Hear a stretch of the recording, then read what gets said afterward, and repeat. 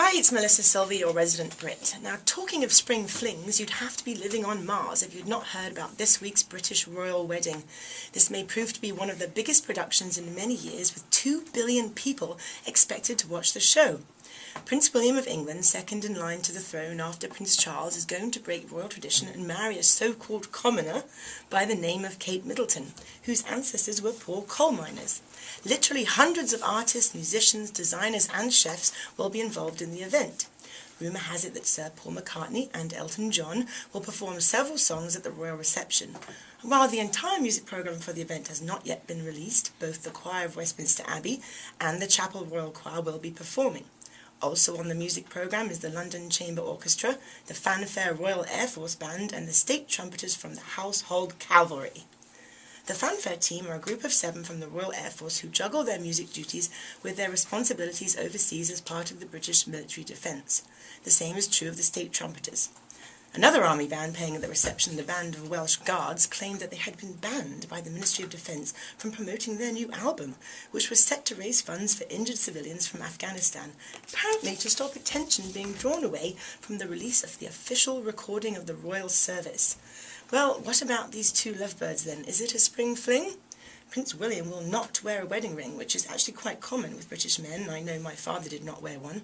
Also relatively uncommon in the UK are prenuptial agreements. The royal couple are reportedly opting out of having either party, particularly Kate, sign a prenuptial agreement. In England, her nickname was Waity Katie, as she dutifully waited for William after many breakups for him to allegedly sow his royal oats. So let's hope he got that out of his system. The couple also broke tradition and moved the British royal family into the 21st century by pretending to be roommates while actually living together during their college years. There is some speculation that Kate Middleton's mother, who has a multi-million party supply company, insisted Kate go to the same university as Prince William in order to meet him.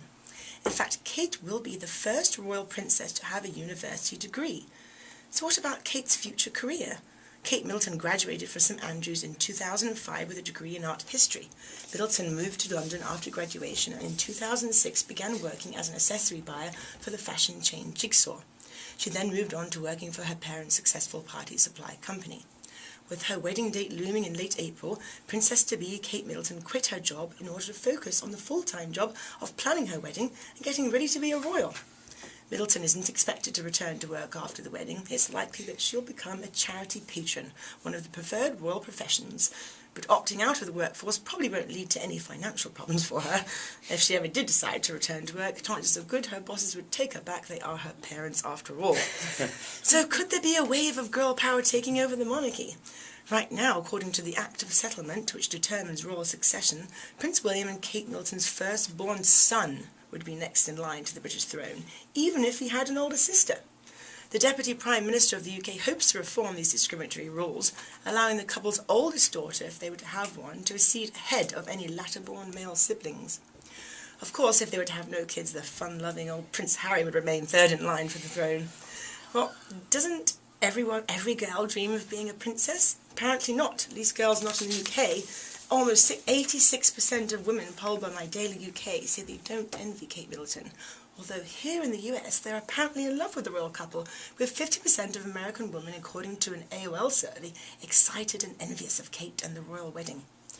William and Kate intend, however, to have the first people's royal wedding, in somewhat of a tribute to his late mother, Princess Diana. They have invited not just politicians and celebrities, but also the postman, and even a homeless teenager named Shonza. The 20-year-old will be attending the royal wedding on April 29th thanks to the prince and in part Princess Diana, who was an advocate for the homeless and helped raise awareness through her charity group Centrepoint.